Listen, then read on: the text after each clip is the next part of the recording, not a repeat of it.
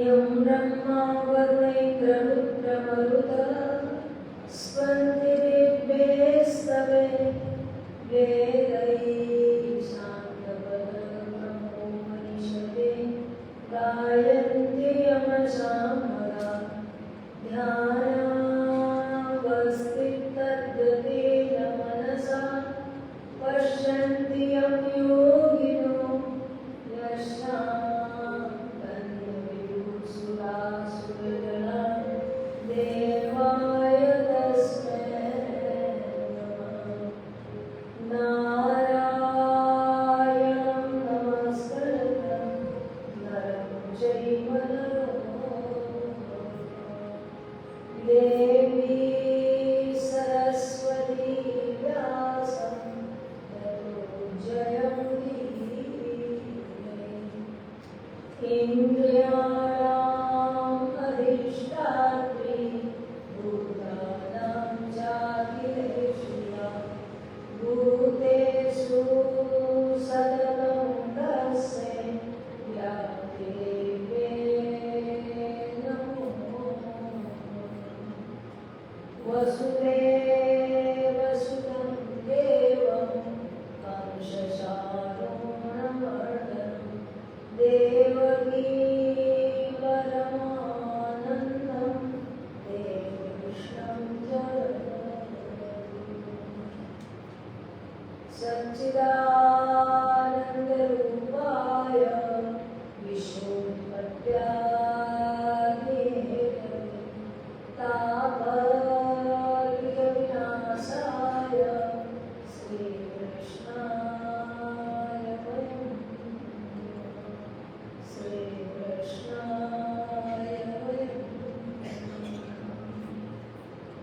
कृष्णाय वासुदेवाय देवकीनन्दनाय च नन्दगोपकुमाराय गोविन्दाय नमो नमः। गोविन्दाय नमो नमः। ॐ भद्रं नो अभिवादनं ॐ शान्ति शान्ति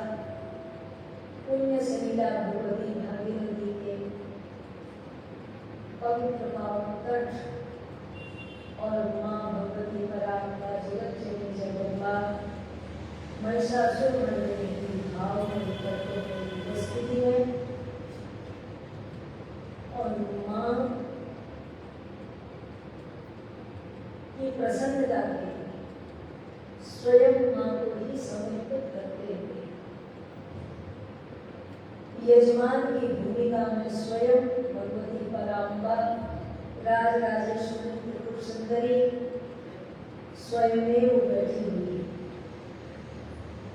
केवल भगवती के शरणों के प्रीत्यर्थ भगवान की ये पावन कथा आप सबको बड़े भाव और श्रद्धा के साथ सुन रहे हैं। जन्मांतरे भवे पुण्यम लभते तत्फलम्। एक जन्म का नहीं कई जन्मों के जन्मांतरे भवे पुण्यम कहा गया। जो जन्म के अनेक जन्मों के संचित पुण्य जब एक साथ फलित होते हैं तो तब जीवन में भागवत दर्शन प्राप्त होता है। भागवत दर्शन का मतलब है भगवान के भक्तों का दर्शन। भागवत स्वयं भगवानमय है और भगवान स्वयं भक्तमय है। भक्त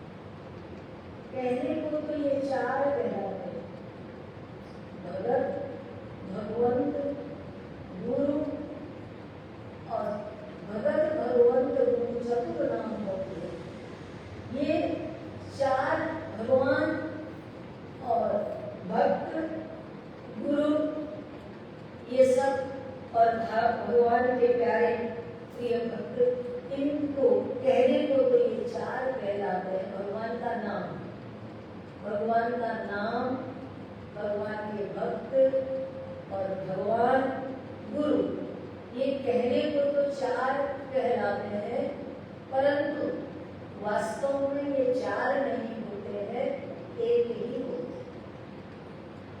मैं हमेशा कहा करती हूँ, जैसे चौकी के चार पांव होते हैं, चार पांव में एक पांव हमारे हाथ में पकड़ में आ गया तो आप सारी चौकी को अपनी ओर खींच सकते हैं। उसी तरह से अपनी पकड़ इन चारों में से किसी एक में बना लीजिए। भगवान के नाम में बना लीजिए, भगवान के भक्ति में, भगवान के भक्त में बना लीजिए और भगवान में बना लीजिए, गुरु में बना लीजिए। इन चारों में कोई भेद नहीं है।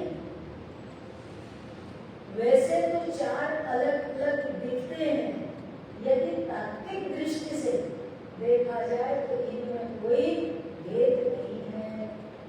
जो भगवान का नाम है वही भगवान है, कृष्ण नाम ही भगवान है, शिव नाम ही भगवान है, क्योंकि नाम के अंदर रूप छुपा हुआ होता है।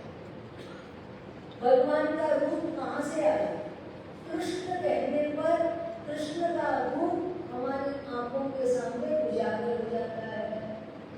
राम कहने पर राम का रूप हमारी आंखों के सामने उजागर हो जाता है। शिव कहने पर शिव का रूप हमारे सामने उजागर हो जाता है। तो वो रूप कहाँ से आया? वो रूप आया भगवान के नाम से। इसीलिए कहा कि नाम में निष्ठा अच्छी होनी चाहिए। नाम निष्ठा करके बड़े बड़े भक्तों ने अपने जीवन का उद्धार कर लिया। इसलिए संतों ने अपनी निष्ठा में नाम की पकड़ मजबूत कर दी, भगवान का नाम जपते। और दूसरा, भगवान के भक्त भगवान के भक्तों के साथ प्रीति करनी चाहिए। जो भगवान के, जिनके अंदर निरंतर भगवत स्मरण चलता रहता है, ऐसे जो भगवान के परम भक्त हैं, उनका दर्शन मिल जाए, उनका सानिध्य मिल जाए तो भगवान की बड़ी कृपा समझनी चाहिए। और भगवंत स्वयं भगवान, और भगवान ही कृपा करते हैं तो जीवन में गुरु की प्राप्ति होती है।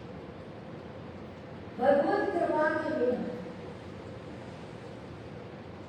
बिना हरि कृपा मिल ही नहीं सकता। भगवान की कृपा होती है तो संत गुरु मिलते हैं, और जब संत गुरु की कृपा होती है तो भगवंत मिलते हैं। आप लोग रामचरितमानस में पाठ करते हैं ना, भारद्वाज ऋषि के आश्रम में जब भगवान राम पहुंचे तो भारद्वाज मुनि मन सोचने लगे कि भगवान मेरी कुटिया में आए हैं, मुझे दर्शन दिए और उसका फल मुझे क्या मिलेगा? भगवत दर्शन का, क्योंकि दर्शन का फल तो अवश्य मिलेगा, तो ये दर्शन का फल क्या मिलेगा मुझे, ये मन में बार बार विचार कर रहे हैं। और इसी बीच राम जी से मिलने के लिए जब चित्रकूट के लिए जाते हुए भरत जी महाराज भारद्वाज ऋषि के आश्रम में पहुंचे प्रयाग में, तो उन्होंने जाकर उनसे कहा, क्या कहा कि बोले आज मुझे पता चला है कि भगवान राम के दर्शन का फल मुझे क्या मिला। ये भगवान के राम के दर्शन का फल मुझे आज प्राप्त हो गया, क्योंकि मुझे आपका दर्शन मिला है। आपके दर्शनों से मुझे समझ में आया कि ये राम जी की कृपा हुई है, तो आप जैसे भगवान राम के परम भक्त, परम प्रिय राम के भरत जी के मुझे दर्शन प्राप्त हो गए। तो कहने का अर्थ मेरा ये था कि ये एक दूसरे से अलग नहीं है। इन चार में से किसी एक के साथ यदि आपकी पकड़ बढ़िया होगी, आपने अब पकड़ से अभिप्राय अपनी निष्ठा पूरी कर ली और निष्ठा पूर्वक भगवान के नाम के साथ निष्ठा जुड़े, भगवान के भक्त के साथ निष्ठा जुड़े, भगवान से निष्ठा हो, गुरु से निष्ठा हो, तो ये चारों इन्हीं के सुमिरन से नासे विघ्न अनेक, जीवन के अनेक विघ्न दूर हो जाते हैं। तो इसलिए भगवान का एक पावन भागवत शब्द का ही मैंने अर्थ बताया था। इसमें भगवान के प्यारे प्यारे भक्तों की कथा है, कब कहाँ कैसे। देखो संपूर्ण श्रीमद् भागवत को यदि हम विचार करें 18,000 श्लोक, तो 4 भागों में हम इसे विभाजित कर सकते हैं। एक भाग तो है घटनात्मक, अमुक समय में अमुक स्थान पर ऐसी घटना घटित हुई, तो वो भाग तो है घटनात्मक। और दूसरा भाग है उपदेशात्मक। समय समय पर भागवत में स्वयं भगवान ने अनेक रूप से उपदेश दिया है। जैसे ऋषभदेव भगवान ने अपने पुत्रों को उपदेश दिया, भरत जी महाराज ने रघुवर को उपदेश दिया, और इस प्रकार उपदेश बीच में है। और तीसरा भाग है स्तुत्यात्मक। भीष्म की स्तुति इसमें है, ध्रुव की स्तुति इसमें है, प्रहलाद की स्तुति इसमें है, देवताओं ने भगवान की स्तुति की वो इसमें है, गर्भ स्तुति इसमें है भगवान की। जब भगवान गर्भ में आने की लीला करते हैं तो देवता लोगों ने आकर के भगवान को कारागार में स्तुति की। एक तीसरा भाग है स्तुति।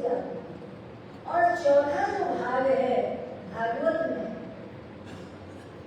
वो भाग है गीतात्मक। गीत, इसमें 5 गीत है भागवत में। भ्रमर गीत है, गोपी गीत है, युगल गीत है, और भगवान के 5 गीत इसके अंदर वर्णित है।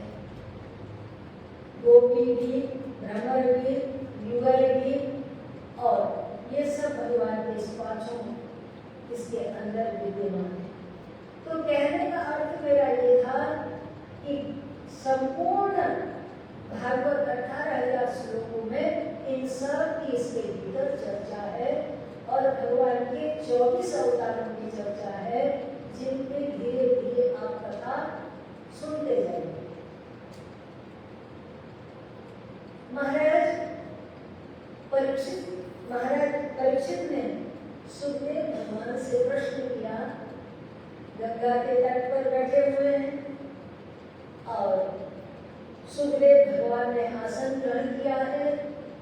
राजा ने बड़ी विनम्रता के साथ पूछा, कहा प्रभु, मैं ये जानना चाहता हूँ कि भगवान कैसे सृष्टि का खेल किए, ये सब लीला कैसे भगवान करते हैं, और आप कृपा करके मुझे ये बताइए। भगवान की सृष्टि लीला के क्रम को मैं जानना चाहता हूँ। महाराज सुखदेव भगवान कहने लगे, राजन, जैसे तुम्हारे अंदर में ये जिज्ञासा पैदा हुई है सृष्टि के खेल को जानने की भगवान के, ऐसे ही पूर्व में पहले एक बार विदुर के अंदर ये जिज्ञासा हुई थी। तो कहा कि विदुर जी के अंदर, और उन्होंने मैत्री जी से ये प्रश्न किया। तब कहा कि मैत्री विदुर का कहाँ मिलन हुआ, क्या क्या हुआ ये कथा विस्तार के साथ बताइए। तब वो कथा बताते हैं, विदुर जी महाराज तो यात्रा में निकल गए। इधर कुंती, धृतराष्ट्र, गांधारी सब सप्त सरोवर में समा गए। जंगल में आग लगी, उसके बीच में समा गए। और इधर विदुर जी महाराज वो पहले ही तीर्थ यात्रा के लिए निकल गए। तीर्थ यात्रा करते करते विदुर जी महाराज वृंदावन पहुंचे हैं, यमुना के तट पर। और इधर उसी समय द्वारिका से भगवान श्री कृष्ण का आदेश पाकर भगवान श्री कृष्ण ने उद्धव को आदेश किया कि उद्धव अब तुम्हें द्वारिका से निकलकर बद्रिका आश्रम को चले जाना चाहिए योग सिद्धि के। प्रसंग ऐसा है कि भगवान श्री कृष्ण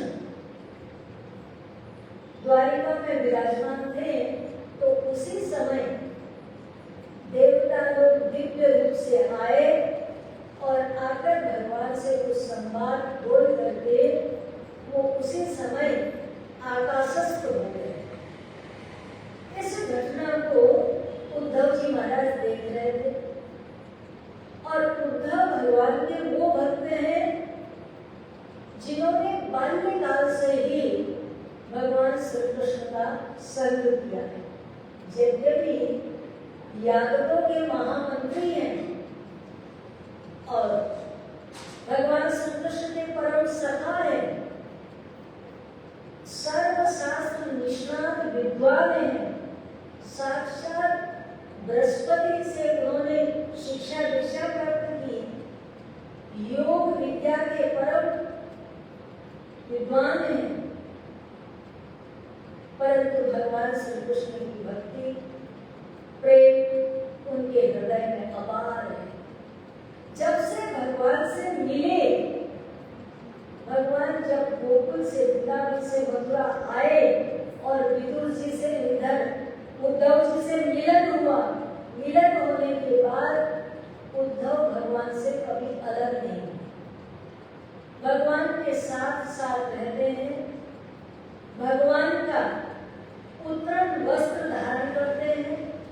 भगवान ने आगे कथा सुनेंगे कि अपना रूप, अपने आभूषण वस्त्र देकर के स्वयं अपना प्रतिनिधि बना करके भगवान ने उद्धव को मथुरा से वृंदावन भेजा।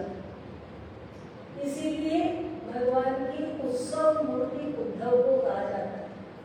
आज भी परंपरा है, बद्रीनाथ में जब 6 महीने भगवान के पट बंद होते हैं ना, तो बद्रीनाथ में भगवान के स्वरूप, भगवान का जो साक्षात मानवीय स्वरूप है, उस स्वरूप को तो घृत कंबल से बंद करके भगवान को वहां रखते हैं।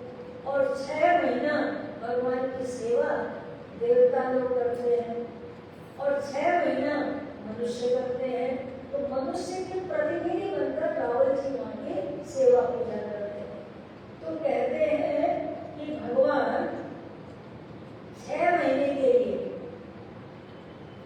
वो वहां से उतर करके नीचे आ जाते, पांडुकेश्वर आ जाते। तो पांडुकेश्वर जिन भगवान को वहां से लाया जाता है, तो किसको लाते हैं?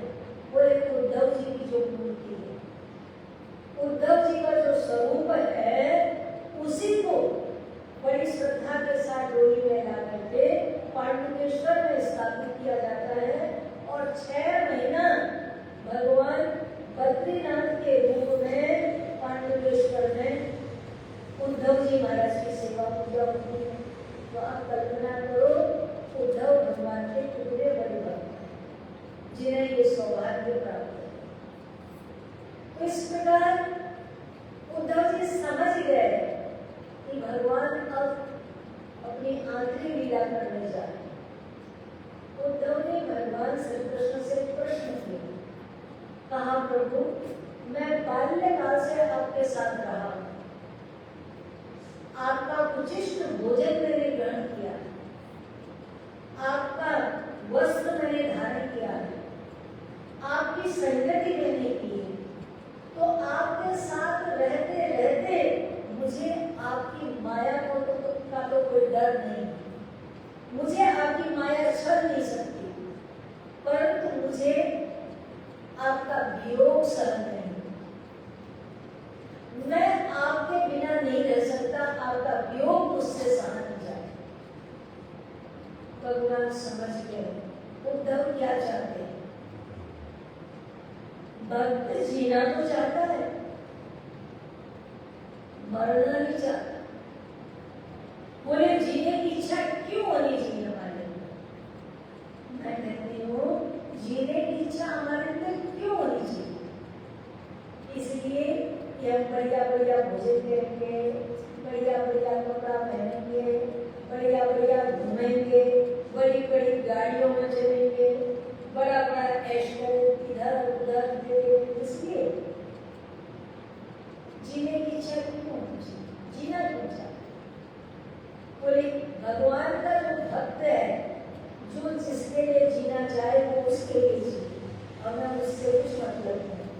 पर भगवान का जो भक्त होता है वो जीना चाहता है। बोले क्यों जीना चाहता है? कबीर के जीवन की घटना है।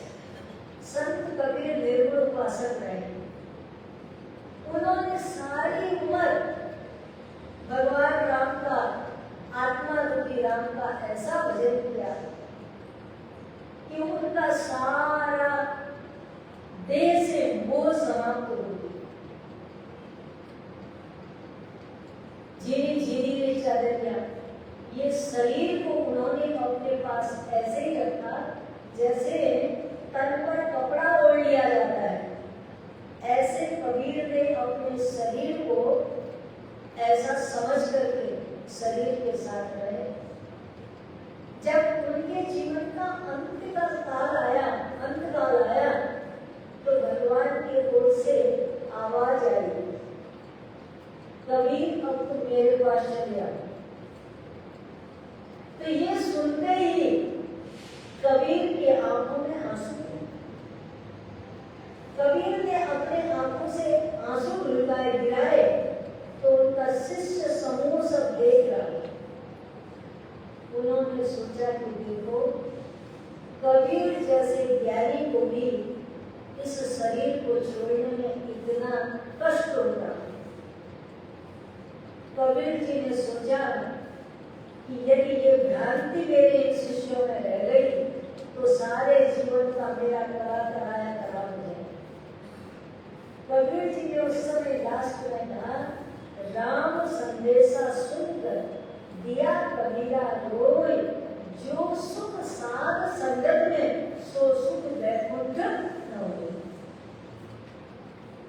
भगवान का भजन करने का, भगवान का कीर्तन करने का, भगवान का नाम स्मरण करने का, भगवान की कथा सुनने का, भगवान के तीर्थों का दर्शन करने का जो सौभाग्य हमें इस मनुष्य शरीर में मिलता है, ये वैकुंठ के देवताओं को प्राप्त नहीं है।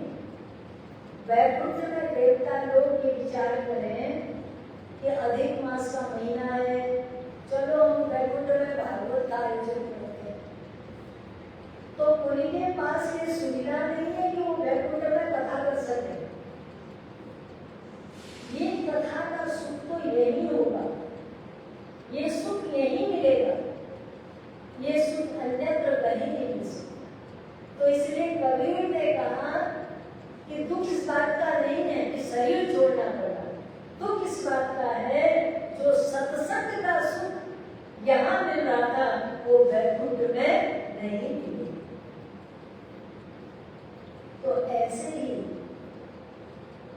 उद्धव जी महाराज सोचते हैं कि भगवान के नाम का स्मरण, भगवान के नाम का कीर्तन, भगवान के नाम का भजन, भगवान के नाम का चिंतन जो यहाँ है वो तो कहीं है। तब भगवान ने उद्धव को 11वां स्कंद है। आप सुनेंगे कि 11वें स्कंद में भक्ति, ज्ञान, योग, धर्म सबका भगवान के भागवत धर्म का पूरा सुंदर उपदेश उद्धव जी को दिया। और सारा ज्ञान देने के बाद अंत में भगवान ने अपने रत्न जड़ित तो पादुकाएं उद्धव जी को दे दी। और उन रत्न जड़ित पादुकाओं को जैसे भरत जी ने अपने सिर पर धारण करके वो अयोध्या लेकर के आ गए, ऐसे ही उद्धव जी उन रत्न जड़ित पादुकाओं को लेकर भगवान के आदेश के अनुसार वो बद्रिका आश्रम के लिए निकल गए, बद्रीनाथ के लिए चले। जैसे ही ये दोनों पादुकाएं मिली उद्धव जी को, मन में ये भरोसा हो गया। ये विश्वास करने के लिए देखो एक बात याद, मन को टिकाने के लिए कुछ न कुछ आधार चाहिए, अन्यथा ये मन कहीं स्थिर नहीं होता। मन को रोकने के लिए, मन को पकड़ने के लिए कुछ न कुछ आधार चाहिए। तो आधार रूप क्या है? आधार है भगवान का नाम, भगवान का रूप, भगवान की कथा। ये मन को रोकने के लिए आधार देती है। इसलिए भगवान के भक्त हमेशा कहते हैं, मेरे तो आधार सीता राम के चरणारविंद, मेरे तो आधार सीता राम के चरणारविंद, सीता राम के चरणारविंद, राम के चरणारविंद, राम के चरणारविंद, राम के चरणारविंद, मेरा तो आधार सीता राम के चरणारविंद, मेरे तो आधार श्यामा श्याम के चरणारविंद, श्यामा श्याम के चरणारविंद, श्याम के चरणारविंद, श्याम के चरणारविंद, श्याम के चरणारविंद, राधे के चरणारविंद, राधे के चरणारविंद, राधे के चरणारविंद, राधे के चरणारविंद, मेरे तो आधार सिया राम के चरणारविंद, मेरे तो आधार सिया राम के चरणारविंद, श्याम के चरणारविंद, श्यामा के चरणारविंद, श्याम के चरणारविंद, श्यामा के चरणारविंद, श्यामा श्याम के चरणारविंद, श्यामा श्याम के चरणारविंद, श्याम के चरणारविंद। भक्त के पास भगवान के शरण, अरे भगवान का ये सुंदर। अच्छा एक बात और ध्यान, भगवान का ये सुंदर रूप जो आपको दिखाई देता है, ये वास्तव में ये रूप है। भगवान का ये रूप चिन्मय है। चिन्मय का अर्थ समझते हैं? हमारा शरीर है, हमारे शरीर में त्वचा है, हड्डी है, चर्बी है, रक्त है, पंचतत्व है, पंचभूत है, सब अलग अलग है। पृथ्वी, जल और अग्नि, वायु, आकाश, इन पंचभूतों से बना हुआ जो शरीर है, इसमें जल भी है, पृथ्वी भी है, पंचभूतों, और इसके अंदर सब विविधताएं हैं, अलग अलग चीजें। परंतु भगवान का शरीर ऐसा नहीं। भगवान का शरीर चिन्मय है। चिन्मय का अर्थ होता है जैसे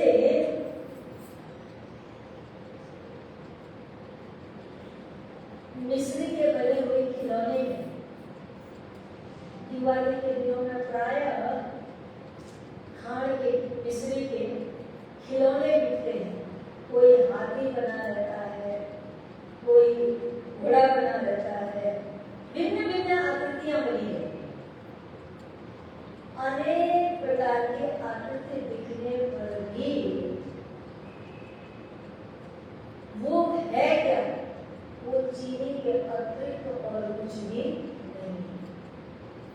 हाथी की सूंड तोड़ के खाओगे तब भी मीठी लगेगी, कान तोड़ के खाओगे तब भी मीठी लगेगी, कमर से खाओगे तब भी मीठी लगेगी, क्योंकि उसमें मिठास के अतिरिक्त और कुछ भी नहीं, दूसरी वस्तु कुछ है ही नहीं। उसी प्रकार आनंद के घनीभूत दूसरा उदाहरण, ऐसे तो जल दिखता है और उसी जल को जब जमा देते हैं तो वो शिला बन जाती है। और भिन्न भिन्न तरह के सांचों के अंदर उस पानी को आप भर देते हैं तो अनेक सांचों में अनेक आकृतियां बन जाती हैं, पर उसमें पानी के अतिरिक्त और कुछ है? वो जल ही है। उसका घनीकरण, तो आनंद का जो घनीकरण है वही भगवान का रूप है। और उस घनीकरण, ये जल मिश्री, ये तो जड़ वस्तु है, परंतु परमात्मा तो चेतन है, चिन्मय रूप से चेतन है। चेतन के अतिरिक्त वहां दूसरी कोई अन्य वस्तु है ही नहीं, इसलिए उसको कहते हैं चिन्मय। चिन्मय माने चेतन। भगवान का हर चीज, भगवान की आंख, बाल, दांत, नाक, उंगलियां, पांव, जो कुछ भी आपको दिखता है वो सब आनंद में घनीभूत है और सब चेतन है, चिन्मय है, सब चेतनता है, वहां जलता नहीं। इसीलिए चेतन होने के कारण और बस भगवान आपका नाम सुनते हैं, आपको बड़ी जोर की प्यास लगी है, आप पानी को आवाज दे रहे हैं, पानी पानी पानी, क्या चल के आपके पास आ जाएगा? या पानी चल के आपके पास नहीं आएगा? और पानी को आप आवाज दे रहे हैं तो पानी आपकी आवाज को नहीं सुन रहा है। परंतु जब आप भगवान को याद करते हैं तो पानी की तरह भगवान हमसे दूर भी नहीं है और पानी की तरह वो जड़ भी नहीं है। भगवान में न दूरी है और न देरी है, क्या करें? वहां दो बातों का कहीं कोई प्रश्न नहीं है। भगवान में दूरी भी नहीं और देरी भी नहीं। भगवान बिल्कुल आपके अंतःकरण में है, आपके भीतर है, आपके अंदर की चेतना, चिन्मयता, जो आपके भीतर की चेतनता है वही भगवान का स्वरूप है। और वही आनंद का स्वरूप जब आप उसका नाम लेकर पुकारते हैं तो भगवान के कान में जाता है और भगवान उसी समय आपकी पुकार में दम होना चाहिए। इसलिए मैं हमेशा एक बात कहा करती हूँ, परीक्षा में बैठने के लिए ना प्रवेश पत्र भरना पड़ता है और यदि प्रवेश पत्र नहीं भरा जाए तो आपको परीक्षा देने के लिए अंदर कोई बैठने नहीं देगा। उसके लिए आपको प्रवेश पत्र भरना ही पड़ेगा। उसी भांति जीवन में भगवान के प्रति जब तक आपके भीतर एक पुकार नहीं उठी, ये पुकार क्या है? भगवान की प्रार्थना। जब तक अंतःकरण से उसके लिए एक पुकार, एक लगन, उत्कंठा, प्यास से भरी हुई, उनसे मिलने की तड़प को लेकर भरी हुई, जब पुकार आप आपके अंदर से निकलेगी तो भगवान आपको तत्काल प्रकट हो जाएंगे। पुकार किसने की थी? द्रौपदी ने की, भगवान तुरंत आ गए। पुकार किसने की थी? भागवत में सुनोगे, एक हाथी ने पुकारा, गजेंद्र मोक्ष, भगवान तत्काल उसके लिए आ गए। जब हाथी की पुकार में आ सकते हैं तो आप लोगों की पुकार में नहीं आ सकते? आ सकते हैं, पर पुकारने के लिए वो भाव आपके अंदर पैदा होना चाहिए। तो उस भाव की जागृति कहाँ से होगी? वो भाव हमारे भीतर जागेगा कहाँ से? वो जगाने के लिए भगवान की कथाएं बनी हुई है। ये भागवत का महत्व है। इन कथाओं के माध्यम से आपके भीतर वो भावना जागे। आपकी उंगली में कांटा चुभ जाता है तो उस कांटे को निकालने के लिए दूसरे कांटे का सहारा लेते हैं ना, टूटी हुई चीज का। तो उसी तरह से आपके अंदर के भाव को जगाने के लिए ये बाहर से कथाओं का भाव धीरे धीरे धीरे धीरे जब आपके अंदर बैठता है तो आपके भीतर का अंतर भाव जाग जाता है। जब अंतर भाव जाग जाता है तो भगवान का दर्शन हो जाता है। तो सोचते हैं किसने भगवान को देखा? जिसके अंदर भाव था उसने देखा, उसने प्रत्यक्ष किया। ये कोई कपोल कल्पित कथाएं नहीं है, ये यथार्थ है, सत्य है। और सत्य को समझने के लिए, जानने के लिए धैर्य की आवश्यकता, ये एकाग्रता की आवश्यकता। इस प्रकार उद्धव को भगवान ने आदेश दिया कि तुम बद्रिकाश्रम समझो। भगवान के नाम का चरण पादुकाएं मिल गई और उद्धव जी को ये भरोसा आ गया कि बस अब भगवान के पास चले गए। बद्रिकाश्रम के विचार चलते चलते वो भी यमुना के तट पर पहुंच गए। यमुना के तट पर जैसे पहुंचे और दो संत मिले, दोनों भगवान के परम प्रिय हैं, विदुर जी महाराज भी और उद्धव जी। यद्यपि विदुर साक्षात धर्मराज है, परंतु वो तो श्राप बस इस योनि में आए हुए हैं। और इधर मंडप्य ऋषि की कथा अभी है कि एक बार वो बैठ करके बड़े प्रेम के साथ भगवान का भजन कर रहे। इतने में एक राजा उधर से निकल रहे, उनके पांव का स्पर्श हो गया। मंडप्य ऋषि का ध्यान भंग हुआ और ध्यान भंग होकर के उन्होंने राजा के इसको जब देखा, उनका स्पर्श हो गया तो उन्होंने राजा की क्षमा मांगी। महाराज मुझसे बड़ी भूल हो गई, बड़ी भूल हो गई, मुझे क्षमा कर दीजिए, क्षमा कर दीजिए।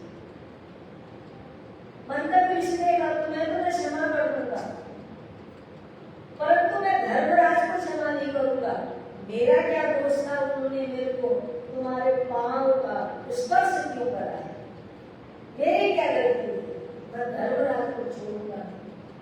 महात्मा इतने ओजस्वी तेजस्वी थे कि वो पहुंच गए धर्मराज के पास और धर्मराज को फटकार लगाई, तुमने मेरे साथ ये अन्याय किया, इसलिए जाओ, तुम्हें एक बार शूद्र योनि में दासी पुत्र के रूप में जन्म लेना पड़ेगा। वही धर्मराज विदुर के रूप में जन्मे। बहुत प्यारे हैं, भगवान के परम भक्त हैं। तो विदुर की भूमिका बहुत बड़ी है। इस प्रकार विदुर जी महाराज दोनों परम भक्त भगवान के बड़े प्रेम के साथ थे और प्रेम पूर्वक मिलकर विदुर जी ने पूछा, द्वारिकाधीश द्वारिकानाथ द्वारिका में आनंद से तो है? वो कुशल है? उनका कुशल समाचार जब पूछा तो उद्धव जी के नेत्र छलक आए और उन्होंने विदुर जी से कहा कि विदुर क्या हो रहा है? भगवान की लीला का स्मरण करते हुए कहा कि ऐसे दयालु, ऐसे कृपालु भगवान जिनके स्वभाव का वर्णन करते हुए कहा, भगवान का गुण, स्वभाव, उनकी लीला को याद करते हुए कहा कि हम सब यादव लोग तो ठग लिया, हम तो छल रहे हैं। बोले हम सब को छल करके भगवान हमसे दूर निकल गए। तब उन्होंने एक बड़ा सुंदर उदाहरण दिया। एक बार चंद्रमा ने समुद्र में छुपने के लिए चले गए। जब समुद्र में वो छुपने के लिए गए तो समुद्र के अंदर जो जीव रहते थे, जलचर, चंद्रमा की चमक तो तब भी वैसी थी जैसे आसमान में चमकते हैं। जब समुद्र के भीतर चमकने लगे तो जो आसपास रहने वाले जलचर जीव थे वो एक दूसरे को कहते, अरे ये भी तो हमारा जैसा ही जलचर प्राणी है, ये कुछ हमसे ज्यादा चमकता है तो कोई खास बात नहीं, कोई बहुत बड़ी बात नहीं। चंद्रमा की तरफ एक ने भी ध्यान नहीं दिया, चंद्रमा को कोई महत्व नहीं मिला। जब चंद्रमा समुद्र से निकल करके आसमान में चमकने लगे तब समुद्र को लगा, वो चंद्रमा की वो जो चांदनी थी वो समुद्र को इतनी प्रिय लगी कि समुद्र चाहता है कि मैं उछल करके फिर से चंद्रमा को अपने आगोश में समा लूं, अपने भीतर समा लूं। और अपने भीतर समाने के लिए आज भी समुद्र उछल रहा है, कभी ज्वार आता है और कभी भाटा। उदय में जब चंद्रमा शुक्ल पक्ष होते हैं तब समुद्र की ज्वारें बड़ी बड़ी हो जाती हैं। तो कहने का अर्थ मेरा ये था, जब तक कृष्णचंद्र यादवों के बीच उदयमान रहे, कृष्ण रूपी चंद्रमा जब तक यादवों के बीच में उदयमान रहे तब तक यादवों ने भगवान श्री कृष्ण का महत्व नहीं समझा, उन्हें नहीं पहचान पाए, उन्हें अपना जैसा ही समझने लगे।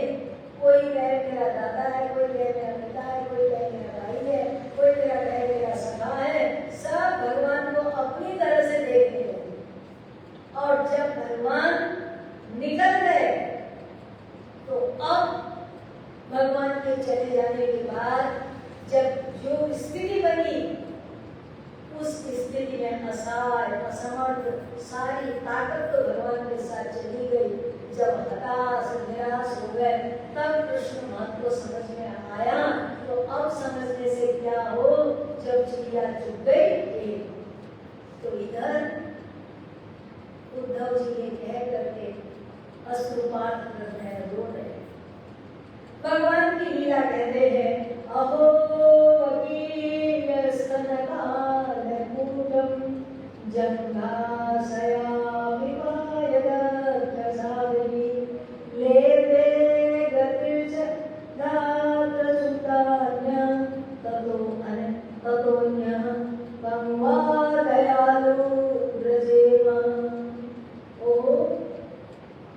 वो बगुले की जैसे रूप धारण करने वाली पूतना को जिसने ये नहीं देखा कि ये मेरे लिए क्या लेकर के आए, पर ये देखा कि मेरे पास आई है। प्रश्न इस बात का नहीं है कि पूतना क्या लेकर के आई है, भगवान ने तो ये देखा ये मेरे पास आई। बस इसी बात में इतने खुश हो गए कि पूतना को जो माँ की गति होती है वो गति पूतना को प्राप्त कर दी। ऐसे दयालु, ऐसा कृपालु भगवान कृष्ण के अतिरिक्त और कौन होगा। कंवा दयालु शरणम प्रपद्ये। ऐसे दयालु कृपालु भगवान की शरण छोड़ करके कहाँ जाएं, किसके पास जाएं? कौन दया करने वाला है, कौन कृपा करने वाला है? भगवान के अतिरिक्त कोई किसी पर दया और कृपा करने वाला है ही नहीं, केवल भगवान ही कृपा कर सकते। इसलिए भगवान की शरण जाना चाहिए। बड़े प्रेम से सत्संग हुआ। जब विदुर जी ने ये सुना कि भगवान स्वधाम गमन कर गए, तो उसी समय उद्धव ने कहा कि मुझे भगवान ने बद्री का आश्रम जाने के लिए। तो विदुर जी एक प्रश्न करते हैं, क्या कभी वासुदेव कृष्ण ने मुझे भी याद किया? मेरे को भी भगवान ने कभी याद किया? तो विदुर जी कहते हैं उद्धव जी, हाँ हाँ, भगवान ने तुम्हारा नाम लेकर तुम्हें याद किया, तुम्हारा नाम लेकर तुम्हें याद किया। ये सुनते ही उनके आंसू छलक पड़े, कंठ रुक गया और भगवान को याद करके कि भगवान ने मुझे अब नाम से मुझे याद किया। एक बात याद रखना, तुम भगवान को याद रखो, कोई महत्वपूर्ण बात नहीं। भगवान तुम्हें याद करे, ये बहुत बड़ी बात है। उद्धव जी को भगवान ने याद किया। कैसे याद किया बताते हैं। भगवान ने कहा, उद्धव जी ने कहा कि विदुर जी को भगवान ने याद किया। कैसे याद किया? बोले, एक भक्त मेरा ऐसा है जिसने आज तक मेरे से कभी कोई मांग मांगी ही नहीं, कभी कोई मांग नहीं मांगी, और जिसने केवल मुझे याद किया, प्रेम से मुझे स्मरण किया, भजन किया और मुझे याद करता रहा, पर उससे कभी उसने कुछ मांगा नहीं। जो मुझसे कुछ नहीं मांगता है और सिर्फ मेरे को चाहता है, ऐसा जो ज्ञानी भक्त है वो मुझे बहुत प्रिय है। भगवान ने उस समय मैत्री जी भी वहां थे, उनकी ओर इशारा करते हुए कहा कि इस समय का दिया हुआ जो मेरा भागवतोपदेश है, यदि आपको कहीं विदुर मिल जाए तो ये मेरा दिया हुआ ज्ञान सारा विदुर को सुना देना। भगवान ज्ञान किसको देते हैं? भगवान ज्ञान उसी को देते हैं जो भगवान के आगे छोटी छोटी डिमांड, कामनाएं, एक फूल चढ़ाएंगे और फूल एक माला चढ़ाने के साथ साथ भगवान से इतना मांग लेंगे, भगवान ऐसे कृपा करना मेरे पर, मेरा घर ठीक हो जाए, ये वो अमुक कितनी दुनिया भर की डिमांडें होती हैं। और जहाँ सुनिए अमुक जगह जाने से कामनाएं पूरी होती है, तो भाग के ऐसे भागते, इतनी मंदिरों में भीड़ है, खाटू श्याम जी जाओ, सालासर जी जाओ, रानीसर जी जाओ, बाला तिरुपति जाओ, वृंदावन जाओ, घुसने की जगह भाग रहे हैं, जा रहे हैं, कोई किस लिए जा रहे हैं? बस भगवान के मंदिर जाएंगे तो मेरे बिगड़े काम कर जाए, मेरे सब काम संभल जाए, मेरा सब संभल जाएगा। भगवान के मंदिर जाएगा, मेरी इच्छाएं पूरी हो जाए। और किसी से पूछो क्या हो जाए, अरे वहाँ गया वृंदावन, बस जैसे मैं कहा उस दिन से तो मेरा सब वाला न्यारा हो गया। मतलब केवल भौतिक सुख को प्राप्त करना भगवान के भक्त का उद्देश्य नहीं। भगवान के भक्त का उद्देश्य तो है कि भगवान की प्राप्ति करना। जब भगवान तुम्हारे हो जाएंगे तो समझो भगवान का सारा तुम्हारा होगा। वो अच्छी बात है, या भगवान से छोटी छोटी बात मांग लोगे, वो अच्छी बात है। यदि भगवान ही तुम्हारे हो गए तो सारा ऐश्वर्य सब कुछ आपका है। इसलिए भगवान से भगवान को मांगना चाहिए, भगवान से मांगो, भगवान को मांगो। इधर विदुर जी ने जब ये बात सुनी कि भगवान ने मुझे याद किया है, मैत्री जी को मेरे लिए ज्ञान देने के लिए कहा है, प्रसन्न हो गए। मुझे भगवान ने अपने अंत समय, देखो भक्त जब करता है, तब करता है, ध्यान करता है, पाठ करता है, इसलिए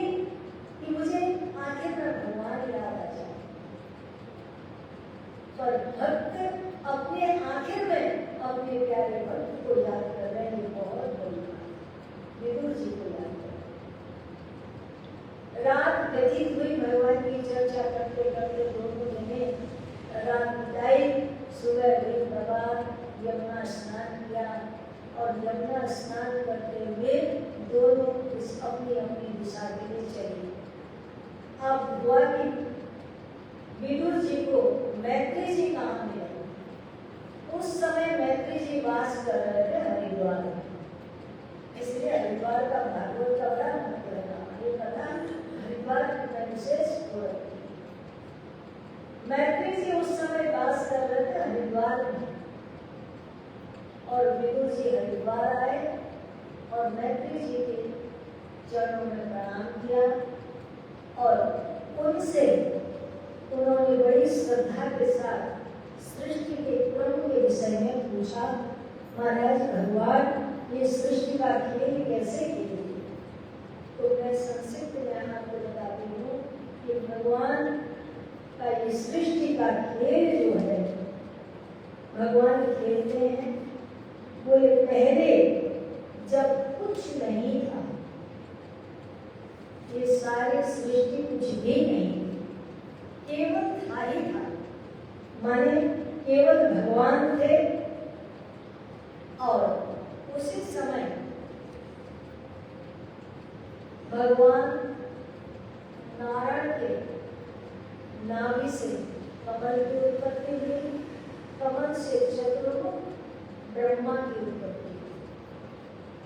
और चतुर्मुख ब्रह्मा जब कर्तव्य विमूढ़ हो रहे थे तो उन्होंने भगवान नारायण से उपदेश प्राप्त किया, जिसकी चर्चा कल आप लोगों ने सुनी। और भगवान ने उन्हें आदेश दिया कि तुम सृष्टि की रचना करो। तो जब ब्रह्मा जी को सृष्टि रचना का आदेश मिला तो ब्रह्मा जी ने सबसे पहले अपनी मानसिक सृष्टि, मन से सृष्टि को उत्पन्न किया। ब्रह्मा जी की मानसिक सृष्टि में सबसे पहले 4 ब्रह्म कुमार हैं, जिनको सनत सनत सनातन संत कुमार कहते हैं। ये 4 ब्रह्म कुमार हैं। ये चारों के चारों छोटे थे, बाल रूप में हैं। इन्होंने ब्रह्मा जी के चरणों में प्रणाम किया और पिता से कहा, पिताजी हम प्रवृत्ति धर्मों में नहीं चलेंगे, हम संसार के धर्मों में, ये गृहस्थ धर्म आदि में हमारी रुचि नहीं है, हम तो निवृत्ति मार्गी हैं। हमारे संसार को छोड़ करके भगवान के भजन में लग गए। चारों के चारों माया से बचे रहे तो इसलिए कहते हैं बच्चा। ये हमेशा कुमार रूप में, बालक के रूप में, इसीलिए इनका नाम है ब्रह्म कुमार। सृष्टि नहीं बड़ी। ब्रह्मा जी को और चिंता हुई सृष्टि की गई। तब उसी समय उन्होंने दूसरी मानसिक सृष्टि रची, सप्त ऋषियों को प्रकट किया। सप्त ऋषि जब प्रकट हुए और इन सप्त ऋषियों से कहा तुम सृष्टि का विस्तार करो, तब सृष्टि बढ़ते हुए जब ब्रह्मा जी को नहीं दिखाई दी तो ब्रह्मा जी को चिंता हुई और उसी चिंता के साथ उनके शरीर से एक सौर शक्ति, एक चंद्र शक्ति, चंद्रमा की शक्ति से स्त्री का जन्म हुआ और सूर्य की शक्ति से पुरुष का जन्म।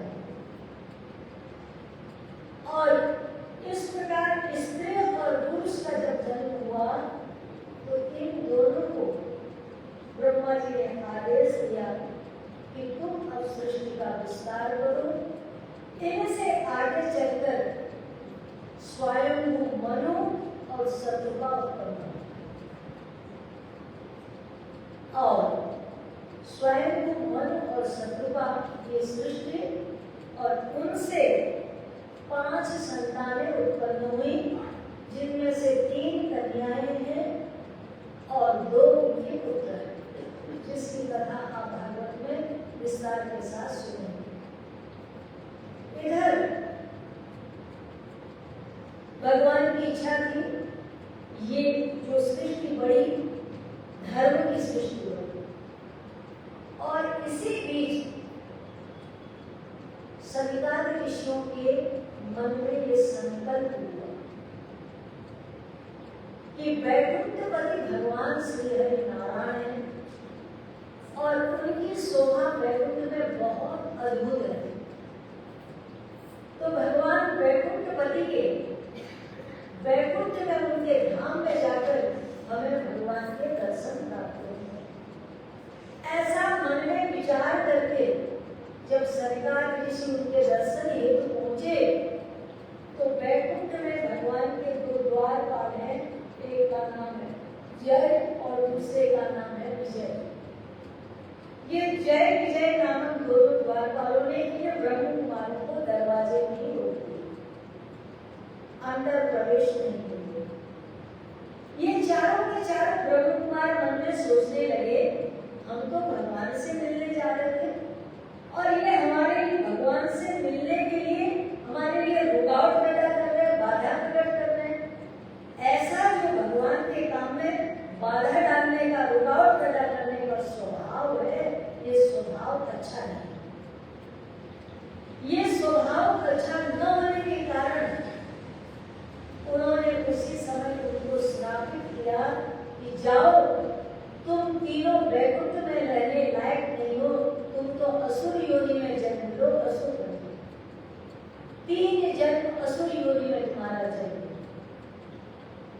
अब जय विजय को जब संगार ऋषियों का श्राप मिला, अब तो बड़े घबराए और घबरा करके वो समझ गए कि हमारे स्वामी बड़े ही ब्रह्मण्य हैं, माने हमारे प्रभु का स्वभाव है, उन्हें ब्राह्मण बहुत प्यारे हैं, वो ब्राह्मणों की बात सुनते हैं। इसीलिए तो आज भी हम लोग अपनी बात जो भगवान तक नहीं पहुंचा सकते हैं उसके लिए क्या करते हैं, ब्राह्मण बिठाते हैं, ब्राह्मणों को पूजा में बिठाते हैं कि आप लोग हमारी बात भगवान तक पहुंचा दो, हमारा काम बन जाए, है ना। तो सोचा कि भगवान तो ब्राह्मणों की सुनेंगे, हमारी थोड़ी सुनेंगे। अब वो भयभीत हो रहे काम है और इधर संगार ऋषि मन में सोच रहे कि देखो ये काम अच्छा नहीं हुआ, वैकुंठ में आकर के भी हमने क्रोध किया, हमें क्रोध नहीं करना चाहिए था, उन्हें भी दुख है। इसी बीच वैकुंठ में संगार ऋषि तो नहीं जा सके पर वैकुंठपति भगवान उनके सन्मुख हो गए, प्रकट हो गए। भगवान ने कहा कि ये जो कुछ भी घटना घटित हुई है सब मेरी इच्छा से घटित हुई है, इसमें तुम दोनों का कोई दोष नहीं है, ये सब मेरी इच्छा से ये घटना घटित हुई है। भगवान ने जहाँ देवताओं की सृष्टि का विस्तार करने का विचार किया वहाँ असुरों की सृष्टि को भी, असुर की सृष्टि करने के लिए भी विचार किया। जहाँ धर्म की सृष्टि का विचार किया वहाँ अधर्म की सृष्टि का भी विचार किया। इसलिए याद रखना, जब तक धर्म रहेगा तब तक अधर्म भी रहेगा, जब तक देवता रहेंगे तब तक असुर भी रहेंगे, जब तक वेद रहेंगे तब तक ऋषि भी रहेंगे, जब तक ऋषि रहेंगे तब तक वेद भी रहेंगे। तो कहने का अभिप्राय सृष्टि दोनों से चलती है। कभी ऐसा नहीं होता कि अधर्म बिल्कुल खत्म हो जाए केवल धर्म ही धर्म रह जाए ना, ऐसा भी नहीं होता कि अधर्म ही अधर्म रहे धर्म खत्म हो जाए, ये भी नहीं हो सकता। सृष्टि में दोनों चीजें हैं और ये दोनों जब बुराई है तो अच्छाई का महत्व है, अधर्म है तो धर्म का महत्व है, रात है तो दिन के उजाले का सुख है। यदि रात न देखी हो तो सुबह होने का सुख हमें कैसे मिलेगा। इसलिए याद रखना, ये दोनों चीज प्रकृति दोनों को साथ लेके चलती है। इसलिए कोई ये सोचे कि जीवन में सुख ही सुख आए, कभी नहीं हो सकता। दुख उसके साथ जुड़ा होगा। और ऐसा भी नहीं हो सकता कि दुखी दुख आए सुख ना आए, ये भी नहीं हो सकता। सृष्टि दोनों चीजों को साथ लेकर चलती है, यही भगवान की लीला है। भगवान ने कहा तुम चिंता मत करो, ये मेरी इच्छा से हुआ। अब तो जय विजय भगवान के चरणों में गिर गए, भगवान से प्रार्थना थे तो भगवान के सेवक, भगवान के भक्त। भगवान ने कहा कोई बात नहीं, तुम्हें महात्माओं का श्राप मिला, तुम 3 जन्म असुर योनि में लोगे, और जब जब तुम जन्म लोगे तब तक तुम्हारा उद्धार करने के लिए भगवान कहते हैं मैं भी जन्म लूंगा। तो पहला जन्म हुआ हिरण्याक्ष और हिरण्यकश्यप के लिए। हिरण्याक्ष का वध करने के लिए भगवान ने वराह का अवतार लिया, हिरण्यकश्यप का वध करने के लिए भगवान ने नरसिंह का अवतार। दूसरा जन्म हुआ उनका रावण और कुंभकर्ण के रूप से, भगवान ने राम का अवतार लिया। और तीसरा जन्म हुआ उनका शिशुपाल और दंतवक्र के रूप में। भगवान ने शिशुपाल और दंतवक्र से मुक्त कराने के लिए प्रेम का अवतार लिया, कृष्ण अवतार। ये असुर तो 3 बार जन्मे, अपने भक्तों के लिए भगवान ने 4 बार जन्म दिया। ऐसे दयालु प्रभु हैं। अच्छा, 4 असुर योनि कौन सी है? ये 3 असुर योनि। कोई पहली असुर योनि का असुर क्या है? पहला असुर है लोभ, दूसरा असुर है काम, और तीसरा असुर है द्वेष। काम को मिटाने भगवान ने हिरण्याक्ष और हिरण्यकश्यप। हिरण्याक्ष का मतलब होता है, हिरण्य कहते हैं सोने को, जिसकी आंख में लोभ बसा हुआ, वो तो है हिरण्याक्ष। और जो लोभ के कारण अपने धन में, बहुत से लोग ऐसे होते हैं कंजूस, पैसा होता है पर उसमें जैसे सांप कुंडली घेर के बैठ जाता है, ऐसे अपने पैसे को पकड़ के रखते हैं लोभी। वो है हिरण्याक्ष और हिरण्यकश्यप। और उस लोभ को मिटाने के लिए, लोभ पर जीत कैसे, लोभ खत्म होगा। पहला अवतार लिया भगवान ने यज्ञ वराह का अवतार, माने सत्कर्म से। सत्कर्म करो, उससे लोभ, सत्कर्म में धन लगेगा तो आपका लोभ समाप्त होगा। हिरण्याक्ष जो हिरण्यकश्यप अर्थात नरसिंह भगवान का अवतार, ये जो अवतार है भगवान का आवेशा अवतार है। इस अवतार को लेकर के भगवान ने जो अत्याधिक दूसरे के धन पर अपनी दृष्टि को गड़ा के रखते हैं, उनका वध करने के लिए भगवान ने नरसिंह का अवतार लिया। माने मनुष्य के रूप में, मनुष्य के साथ आधा मनुष्य का शरीर, आधा सिंह का शरीर, भगवान ने ऐसा अवतार लेकर उसको मुक्त किया, लोभ पर विजय दिया। दूसरा अवतार है रावण और कुंभकर्ण, काम को और अहंकार। रावण को कहा गया काम का प्रतीक है, तद्भ्रात कुंभकर्ण जिसको अभिमान का प्रतीक कहा गया। काम और अभिमान के वर्धन के लिए भगवान ने कौन सा अवतार लिया? मर्यादा पुरुषोत्तम का। काम के ऊपर जीत प्राप्त करने की जाती है। किससे? मर्यादा से। काम को जीतो मर्यादा से, और अहंकार को जीतो मर्यादा से।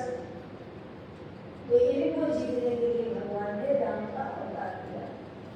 तीसरा अवतार है द्वेष का, क्रोध अवतार। क्रोध है, द्वेष है भगवान से, क्रोध का अवतार। लोभ, काम और क्रोध, ये तीन असुर है सबसे बड़े, और ये तीनों हमारे जीवन में रहते हैं ना। क्या करते हैं? क्रोध, बोले क्रोध की जीत किससे होती है? प्रेम से होती है। प्रेम से क्रोध को जीता जाता है। इसलिए क्रोध पर विजय प्राप्त करनी है तो प्रेम भगवान श्री कृष्ण का प्रेम होता है। इसलिए भगवान श्री कृष्ण को केवल प्रेम से भगवान ने इन असुरों को समाप्त किया। प्रेम से क्रोध को जीता जाता है। ये तीन असुर लोग हैं। ये अधर्म की सृष्टि से, और इधर धर्म की सृष्टि में मनु और शत्रुपा। मनु और शत्रुपा के द्वारा तीन कन्याएं हुई, जिनमें से पहली कन्या का नाम है देवहूति।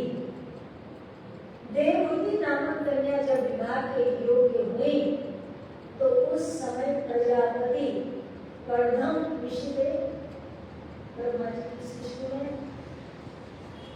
कर्दम से यद्यपि कर्दम पहले विवाह नहीं करना चाहते,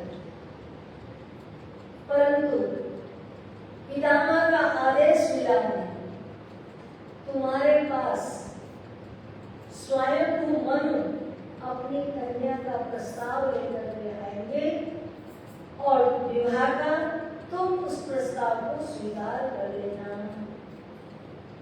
ब्रह्मा जी ने यह आदेश दिया।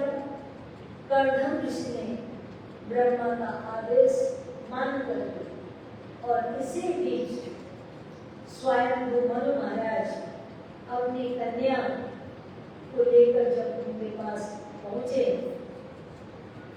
देवहूति तीन आसन कर्दम ऋषि ने उनके आगमन पर शत्रुपा, मनु महाराज और देवहूति के लिए तीन आसन प्रदान किए। मनु महाराज अपने आसन को ग्रहण किए, शत्रुपा ने भी अपना आसन ग्रहण किया, परंतु जो देवहूति को आसन दिया था उसने उस आसन को प्रणाम किया, माथे से लगाया, आदर सहित उस आसन को अलग करके वहां वो बैठ गई। चलो, इससे ये प्रतीत हुआ कर्दम ऋषि को ये लड़की कितनी संस्कारी, माने जो होने वाले पति हैं वो उसे उच्च आसन ग्रहण कर दे रहे हैं, परंतु कर्दम के पास आसन नहीं है। जो मेरे पति को आसन प्राप्त नहीं है तो मैं स्वयं ये आसन कैसे ग्रहण कर सकती हूँ? अर्थात पति के प्रति स्त्री को कितना सम्मान भाव होना चाहिए। और आज तो फ्रेंडशिप है, आज कोई वो बात मर्यादा वाली कुछ है नहीं, जैसा वो करेगा वैसा मैं करूँगी, आदान प्रदान जोड़ी है। अब ये सब पुरानों की बातें हो गई, वर्तमान परिवेश में देखो तो बहुत वो लगता है हम तो आपस में पार्टनर हैं, जितना काम तुम करोगे उतना हम करेंगे। ये आदर मान सम्मान वाली जो बातें हैं, देखो परस्पर स्त्री का भी आदर पुरुषों को करना चाहिए, और पुरुषों स्त्रियों को भी पुरुष को बड़ा सम्मान और आदर देना चाहिए। एक दूसरे के प्रति सद्भाव हो, सम्मान की भावना हो, आदर की भावना हो, प्रेम की भावना। मैं तो हमेशा कहती हूँ ये संबंध इतनी पतली सी सूंड पर बना हुआ है। पति पत्नी के बीच का जो संबंध है वो पतले धागे के समान जो दिखाई नहीं देता,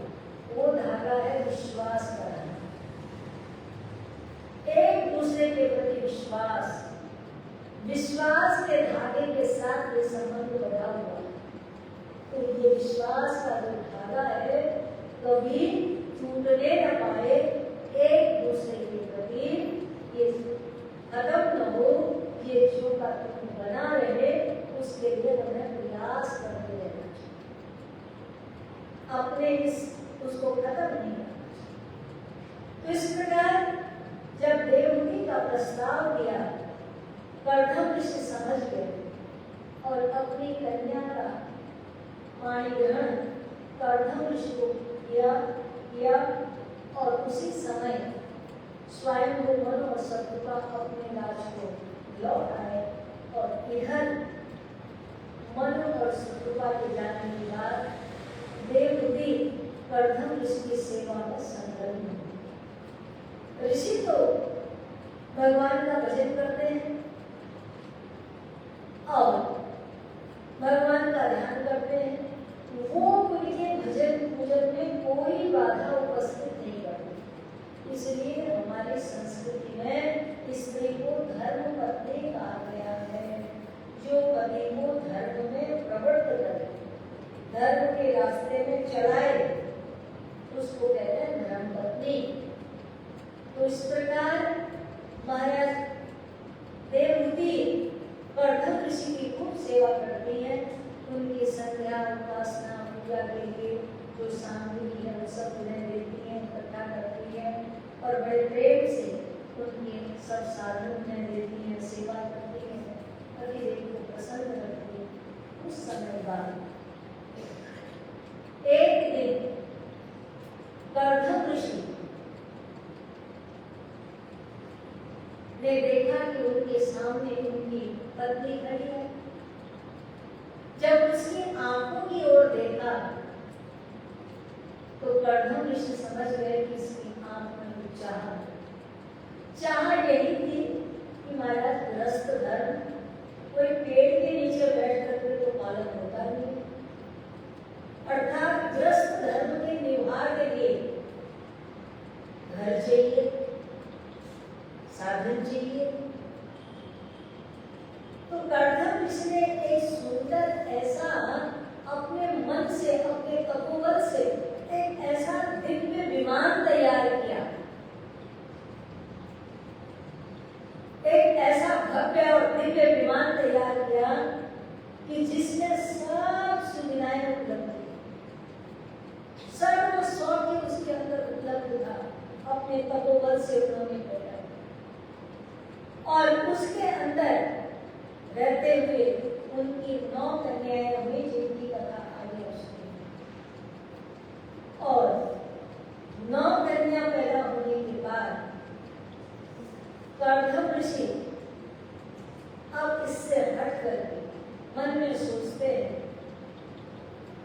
कि मैं भगवान का भजन कर रहा था, कहाँ संसार में पछड़े में पड़े, मेरी बुद्धि कर्दम का अर्थ होता है कीचड़, मेरी बुद्धि कीचड़ की कीचड़ ही रही। ऐसा मन में कुछ विचार आ रहा था। तो इतने में देवहूति ने उनसे जाकर कुछ कहा क्या महाराज 9 कन्याएं हुई है, बालक भी तो चाहिए। कहा देवी तुम्हारा एक पुत्र भी हुआ है और जो सारी तुम्हें ज्ञान को प्राप्त कराने वाला होगा, ऐसा कह करके उन्हें एक पुत्र का वरदान दिया। और पुत्र का वरदान देने के बाद उनसे जो पुत्र पैदा हुआ उनका नाम है भगवान कपिल। ये भगवान श्री हरि कृष्ण का तीसरा अवतार है, कपिल भगवान का अवतार। जैसे कपिल भगवान का अवतार हुआ तो इस अवतार को लेकर एक दिन कर्दम ऋषि एकांत में बैठ करके अपने पुत्र से वार्तालाप करते हैं। पिता अपने पुत्र से वार्तालाप करता है कि मेरे हृदय में परिव्राजित धर्म को अपनाने का विचार उत्पन्न हो रहा है। परिव्राजित धर्म कहते हैं सन्यासी। सन्यासी का मुझे सन्यास ग्रहण करने की इच्छा होती है। परिव्राजकाचार्य कहते हैं जो भ्रमण करते रहते हैं पृथ्वी। एक जगह एक मेरे यहाँ महात्मा थे, तो नई नई अखबार में आई थी, आश्रम कुछ नहीं रहा, इतना छोटा सा आश्रम था। तो एक महात्मा आते थे, उनका नाम था चौधरी, और वो मेरे गुरुदेव के साथ बहुत रहे हुए। तो वो महात्मा मेरे को बहुत स्नेह करते थे, तो मेरे पास आते थे। कभी वो अपने जीवन में गाड़ी में नहीं चले और कभी किसी घर के अंदर नहीं रहे, और कभी उन्होंने भोजन मधुकरी करके ही दिया, और कभी तन पर सिला हुआ वस्त्र नहीं पहनते थे। तो वो महात्मा चौधरी जी महाराज ने कहते थे, महाराज जी एक पेड़ के नीचे 3 दिन से भी ज्यादा नहीं रहना चाहिए महात्मा, उस जगह के साथ उस पेड़ के साथ आसक्त हो गया। तो ये है परिवाराचिक धर्म। माने भ्रमण करते रहो, घूमते रहो, ताकि तुम्हारी कहीं आसक्ति न हो। संतों की अनेक प्रवृत्तियां होती हैं। महात्मा भी, सन्यासी भी, कई तरह का सन्यास होता है। एक परमहंस सन्यास है, एक बुद्धिजन है, ये अलग अलग परंपराएं हैं। परंतु इधर कर्तव्य से अपने पुत्र से कहते हैं, पुत्र परिवराजिको ईदो अहस्तो हम चारिसे काम हृदय गुंजना पुरुषोत्ता। मैं संसार में शोक रहित होकर के भ्रमण करना चाहता, पर्यटन करना, घूमना चाहता हूँ।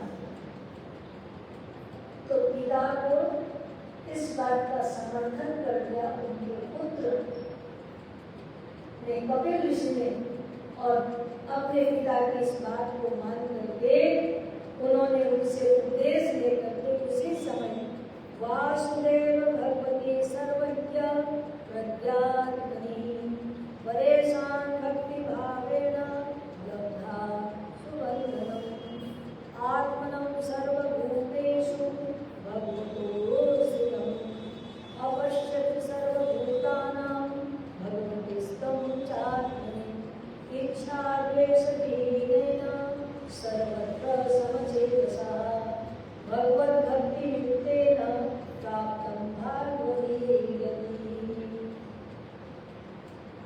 माने उसी समय कर्दम ऋषि अपने पुत्र के उपदेश को सुन करके अपने आत्मा में वासुदेव भगवती सर्वज्ञ प्रियतामनी भगवान वासुदेव की भक्ति को अपने हृदय में रख करके भक्ति भाव से सब बंधनों से मुक्त होकर के आत्म सर्वभूतेषु सब में एक आत्मा का दर्शन करते हुए इच्छा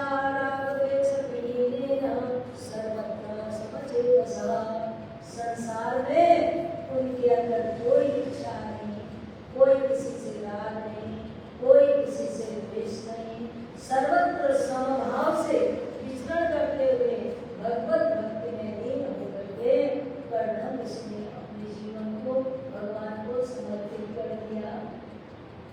अब इधर भगवान कपिल और उनकी माता देवहूति घर में 9 कन्याएं तो ऋषियों को ब्याही गई, और अब एक दिन अपने बेटे से माँ बात कर रही।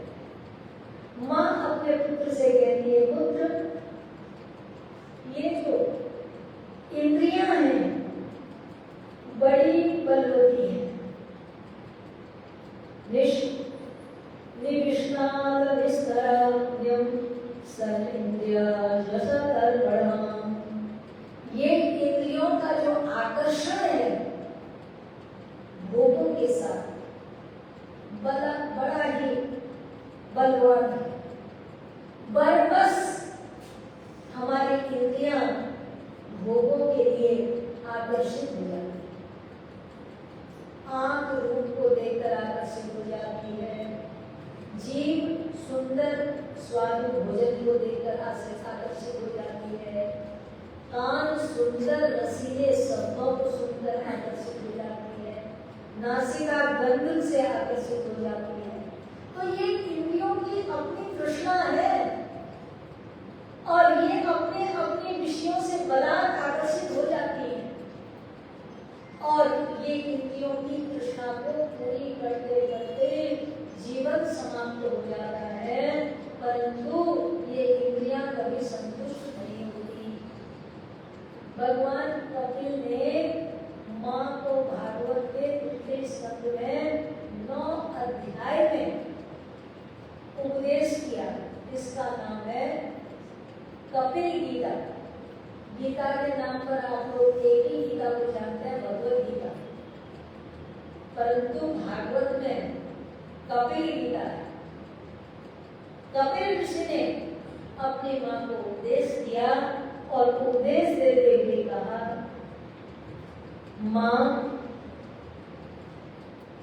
यद्भुजमानं भक्त्या भगवदात्मनि सदृश्योऽस्ति शिवं पन्था योगिनां ब्रह्मसिद्धये प्रसङ्गमञ्जर पास्वान् कवयो विदुः स एव साधु सुकृतो मोक्षद्वारमपावृतम् तितिक्षवा कारुणीश्वरण्यं सर्वदेहिनाम् अजातशत्रवः शान्तं साधो साधुभूषणम् मन्येव भावेन भक्ति कुर्वन्ति मे गणम्।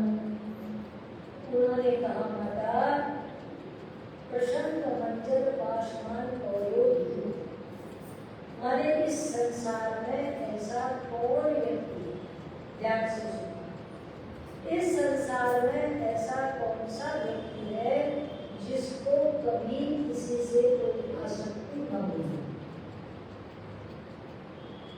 आसक्ति हुई जाती है, किसी को धन से आसक्ति होती है, किसी को भोजन से आसक्ति होती है, किसी को स्त्री पुत्र से आसक्ति होती है, किसी को अपने मान सम्मान से आसक्ति होती है, किसी को योगेश्वर की आसक्ति होती है, किसी न किसी प्रकार की आसक्ति व्यक्ति को हो ही जाती है। परंतु इस आसक्ति में यदि भगवान के चरणों में आसक्ति हो जाए, किसी साधु पुरुष के चरणों में आसक्ति हो जाए, तो मोक्ष द्वारम अपावृतम्, उसके लिए मुक्ति के द्वार खुल जाते हैं। मोक्ष का द्वार उसके लिए खुल जाता है। ये कौन कह रहा है? भगवान कपिल कह रहे हैं। मोक्ष द्वार कहा, साधु स एव साधु सुकृतो मोक्ष द्वारम अपावृतम्, उसके लिए मुक्ति के द्वार खुलते हैं। मैं हमेशा कहती हूँ, मान लो आपकी आसक्ति संसार में बहुत जगह है, जहां है होने दो, से मत छोड़ो, आसक्ति को छोड़ने का प्रयास करो, कोशिश करो। हाँ, कथा सुन करके अपने भीतर एक आसक्ति को और पैदा करो, एक आसक्ति और पैदा कर लो कि जैसे हम बेटे से प्यार करते हैं, पति से प्यार करते हैं, पत्नी से प्यार करते हैं, संसारिक रिश्ते नातों से प्यार करते हैं, ऐसे ही हम भगवान से भी प्यार करेंगे। भगवान हमारे हैं, हम भगवान के हैं, मैं भगवान का हूँ, भगवान मेरे हैं। इस प्रकार का भगवान से एक रिश्ता बना, संबंध जोड़ो। ये शर्त है कि जब आपका भगवान से नाता जुड़ जाएगा तो आपके धीरे धीरे धीरे धीरे संसार के नाते कब छूट गए आपको पता ही नहीं चलेगा, और आपका नाता भगवान से इतना दृढ़ जुड़ जाएगा कि आप भगवान में बन जाएंगे, भगवान आपमय बन जाएंगे। इसलिए केवल एक नाता जोड़ो, भगवान मेरे, बस मैं भगवान का हूँ, बोलोगे? मैं भगवान का हूँ। भगवान मेरे, मैं भगवान का हूँ, भगवान मेरे। बस इस बात को पक्का कर लो, इस बात को पकड़ लो। भगवान मेरे हैं, ये भरोसा आपको आ जाएगा तो सारे संबंध रहे, संसार के संबंध क्या कोई बात नहीं, हमें छोड़ना नहीं। यदि हम आग्रह से किसी चीज को छोड़ेंगे ना, एक मेरे यहाँ भगत था कलकत्ता,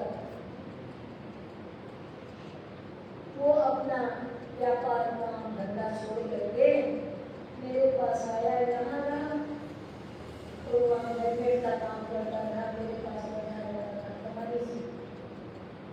तो जो भी आए उसको एक ही बात है, मैंने तो सब छोड़ दिया, मारवाड़ी में रहता था, सब छोड़ दिया, सब छोड़ दिया। मैं तो माता जी के पास यहाँ आ गया, सब छोड़ दिया, सब छोड़ दिया। एक को गए, दो को गए, 10 को गए, जो आए सबके आगे एक ही बात हुई है। तो मैं बहुत दिन तक तो सुनती रही। एक दिन मैंने पकड़ा, मतलब दरबारी जी ये बताओ, आपने छोड़ा कि पकड़ा? आप दिन में 100 बार तो कहते हैं मैंने छोड़ा, मैंने छोड़ा, मैंने छोड़ा, तो कहाँ छूटा? उसको आपने और पक्का करके पकड़ लिया। इसलिए छोड़ने का मतलब ये नहीं होता छूट जाए, वो अलग बात है, उसके लिए कोई प्रयास मत, कोई कोशिश मत करो, बस अपने मन को भगवान के साथ जोड़ने का प्रयास करो। ये भगवान को कहते हैं मोक्ष द्वार ममापदम, उसके लिए मुक्ति के द्वार खुल जाए। पर साधु पुरुष कैसा होना चाहिए, किसके साथ जुड़ना चाहिए? उसके लिए कहा साधु मोक्ष द्वार ममापदम। साधु का लक्षण क्या है? संत इसको कहते हैं, ये सुनो। तितिक्षवः कार्मिकः सुहृदं सर्वदेहिनां अजातशत्रवः शान्तः साधुः साधुभूषणम्। जिसके अंदर सहन करने की ताकत है। तितिक्षा, तितिक्षा कहते हैं सर्दी, गर्मी, भूख, प्यास, ठंडा, गर्म, सब दुखों को जो अपने शरीर में चुपचाप सहन कर लेता है, बोलता नहीं, उसे सह लेता है, उसको कहते हैं तितिक्षा। हमारी थोड़ी देर पंखा चला जाए, हाय गर्मी, हाय गर्मी, एसी भी चला तो बस व्याकुल हो जाते हैं। ये साधु पुरुष का लक्षण है। कार्मिकः, उसके हृदय में करुणा होनी चाहिए, जीवों के प्रति, मानवों के प्रति, सबके लिए उसका हृदय करुणा से भरा होना चाहिए। सुहृदय, उसका हृदय सबके लिए अच्छा होना चाहिए, अपनों के लिए अच्छा और ये परायों के लिए, अपनों के लिए ऐसा नहीं। उसके हृदय में सबके लिए सुहृदय अच्छा है। और कहा सर्वदेहिनां, सर्व शरीर में उसके लिए सबके साथ सर्वदेहिनां अजात शत्रु, महात्मा का कोई शत्रु नहीं, कोई दुश्मन नहीं। आजकल तो गार्ड लेकर के चलते हैं, सिक्योरिटी साथ चलती है, तो महात्मा सुरक्षित नहीं तो और कहाँ सुरक्षित। तो इसलिए ये सब महात्मा का लक्षण नहीं है। अजात शत्रु शांत, जिसकी मन सहित सारी इंद्रियां शांत हो गई। और साधु भूषण, यही लक्षण साधु के आभूषण है। और उसके साथ कहा मैं अन्येव भावेन भक्ति कुर्वन्ति मे द्रवणं मत्कृते तत्कर्म स्वजन बंधु बांधवः। मैं अन्येव भक्ति, अनन्य भाव से मेरी भक्ति करे। भक्ति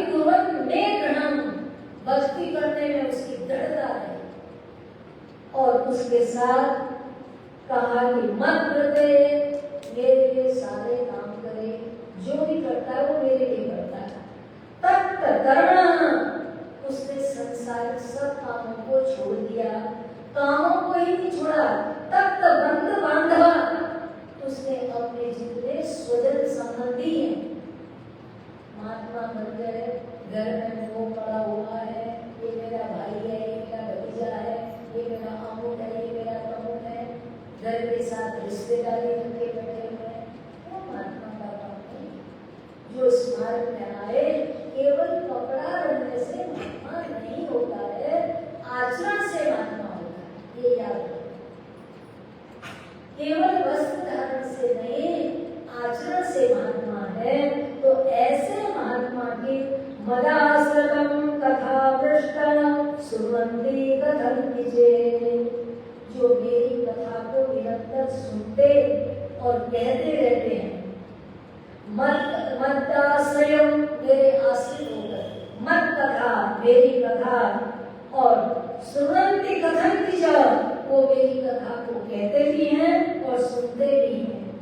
तपसा विवितावाहं नैसचित चेतसम् एतेव सात्वं सर्वसंग विवर्जितम्, जिसने सारी आसक्ति को जीत लिया हो, सर्वसंग विवर्जितम्, ऐसा जो साधु है उसके चरणों में आपकी प्रीति हो जाएगी, तो आपके जीवन का कल्याण हो जाएगा। बोलो सच्चिदानंद भगवान की।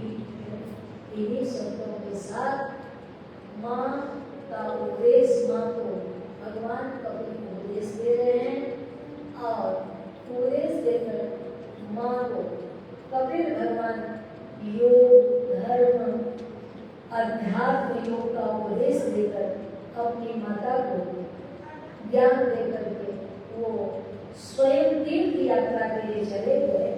और तीर्थ यात्रा करते हुए गंगा सागर में, गंगा के समुद्र के तट पर कपिल ऋषि आश्रम तप करने लगे। इधर माता देवहूति जब इस प्रकार पुत्र चला गया और अपने मन को भगवान में लगा करके स्वयं भगवान का स्मरण करते हुए, भगवान में चित्त लगा करके भगवान के धाम को गमन करके, जहाँ माता ने ये शरीर छोड़ा वो जगह बिंदु सरोवर बन गया, और उसको कहते हैं मातृ तीर्थ। आज भी गुजरात में एक जगह है सिद्धपुर, उस सिद्धपुर में मातृ श्राद्ध होता है। किसी को मातृ दोष लग जाए तो वहां जाकर के उसका प्रायश्चित किया जाता है, और उसके साथ माँ का शरीर एक पवित्र नदी के रूप में प्रकट हो गया, और इस प्रकार माँ देवहूति नदी के रूप में प्रकट हो गई। बोलो सच्चिदानंद भगवान की। और ये जो उनकी 9 कन्याएं थी, कला नाम की कन्या मरीचि ऋषि को ब्याही गई, अनुसुईया नाम की कन्या अत्रि ऋषि को ब्याही गई, और जिससे दत्तात्रेय भगवान होंगे तो कल कथा में सुनेंगे। अभी बुद्धि का विवाह पुलस्त के साथ हुआ, और मति का विवाह कुलह के साथ हुआ, क्रिया का विवाह प्रभु के साथ हुआ, ख्याति नामक कन्या का विवाह भृगु ऋषि के साथ हुआ, अरुंधति नामक कन्या का विवाह वशिष्ठ ऋषि के साथ हुआ, और शांता का विवाह अपर्वा के साथ हुआ। इस प्रकार ये 9 कन्याएं 9 ऋषियों को कहेंगे, जिनसे आगे सृष्टि की परंपरा और आगे को बढ़ी। आगे का जिक्र कल सुनेंगे। आज की कथा को यहीं विराम देती हूँ। बड़े प्रेम से बोलिए बोलो कृष्ण कन्हैया।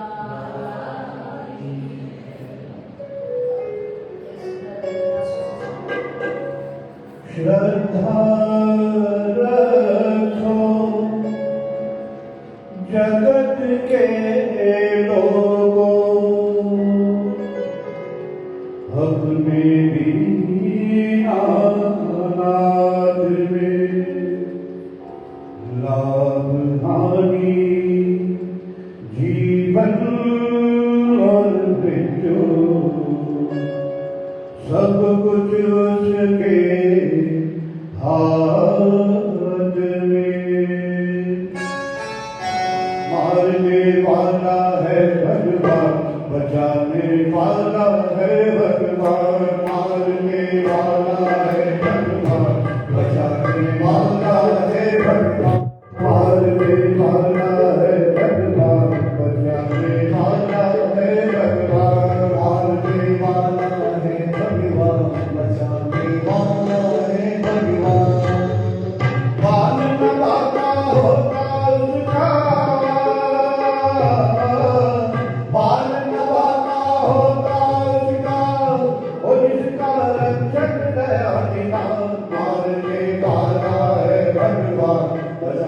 बाला